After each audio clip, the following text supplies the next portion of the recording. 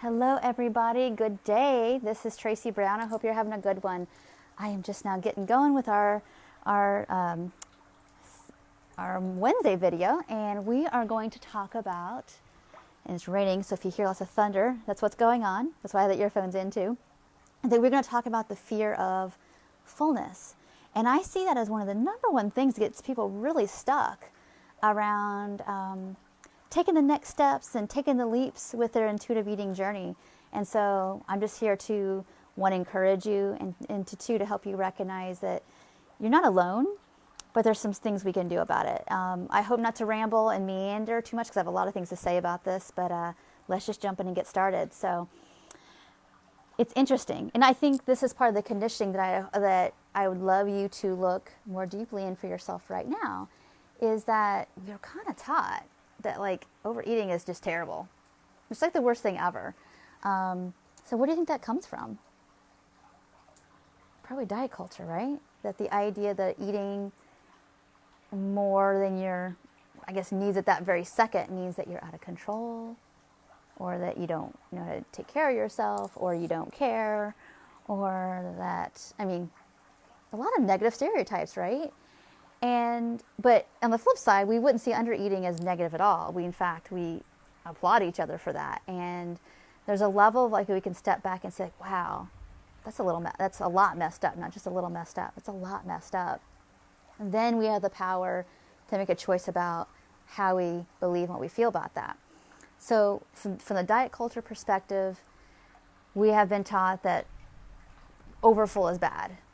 But what's the truth about it is that under eating, overeating are the same coin. They're not any different. They're not any morally different. They are just different sensations.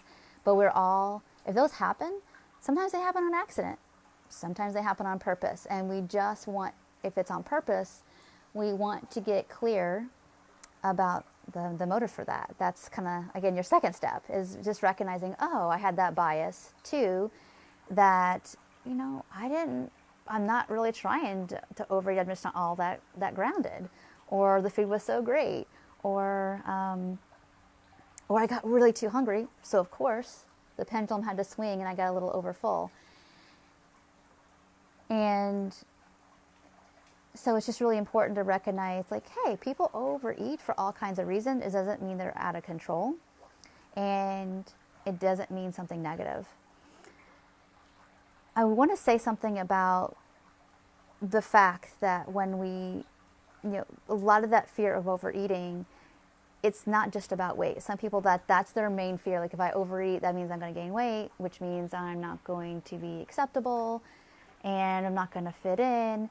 And then it feels like, and I'm not minimizing how terrible that feels, but it gets a little extreme kind of fast. When we're in those fear moments. And so just to recognize that too, why it's so scary, I think is something, if you are struggling with that, it's really important just to acknowledge and have compassion for that. And so another thing that I think, or not I think, that I see a lot is oftentimes the fullness. Just feeling not full makes it's almost like, I'm afraid I'm going to overeat and be out of control. And so we get in this perpetuating cycle of like, well, then we accidentally don't eat enough. And then we find ourselves eventually overeating anyway, because we either got too hungry or emotionally just got so tired and frustrated from getting deprived.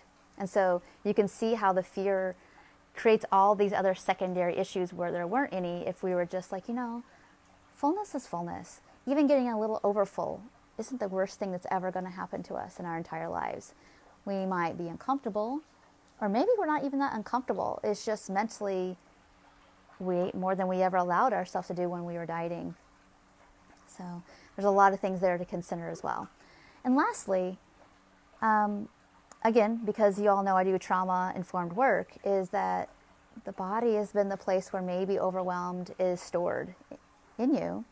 And it's really important to recognize that sometimes eating to fullness is it feels like overwhelmed from something else.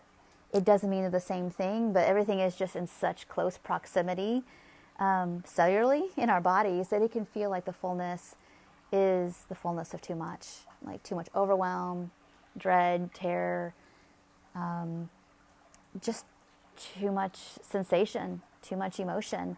And that is something that we kind of get wired in as like that, I'm eating too much. When really we're not, we might not be eating too much at all, or maybe we are, but regardless, it's not really about the food. It's about the sensation of what fullness reminds us of or feels like. And so I know those are really difficult, tricky things sometimes to unwind by ourselves, but it's really important because the body is the place where if we're struggling with food or body image or weight or movement, it is the place. And a lot of these things can't be cognitively talked out of. It's more, can we be with and have relationship with and help have accurate discernment about what we're feeling and have somebody be in it with us, and that's the healer. So there's a lot of layers here. You know, sometimes it just feels like it is what it is. Like, I don't want to overeat because I'm afraid I'm going to gain weight and my clothes won't fit, and then I'll have to buy new clothes, and then that makes me feel bad. It you know, that's what diet culture has taught us, that it's supposed to have. It's almost like it's programming. This is how you're supposed to feel about these things, but it could be, oh, yeah, I overate. Like maybe you legit overate.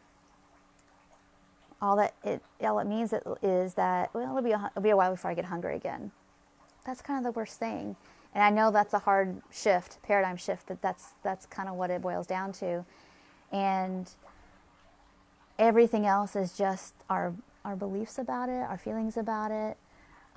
It doesn't mean that physical discomforts aren't uncomfortable, and they're totally real.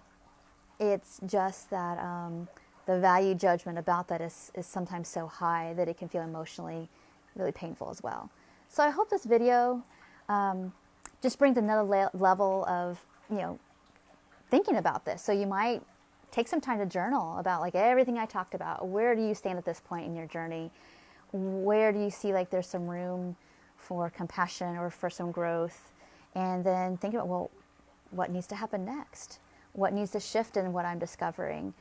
Am I already doing all the things I could do? It's just continues to be compassionate, or is there something missing? And if there's something missing, please let me know about it. Send me a message so we can even just chat a few minutes about like, okay, because I not that I've seen everything or heard everything, but I've been around enough to recognize, and I've experienced a lot to know like there's usually something in our beliefs or in our bodies that are giving us a signal about what this is actually about. We're not actually overeating. Or maybe if we are, there's something there that reach for the food, that level of fullness is also trying to give us a message about, and can we listen? Can we respect, and can we listen? So thank you all so much for watching. If this was helpful to you, please tell your friends about it. That helps other people feel less shame and like there's hope for something different and something better. So thank you all so much for watching, and take care. Bye.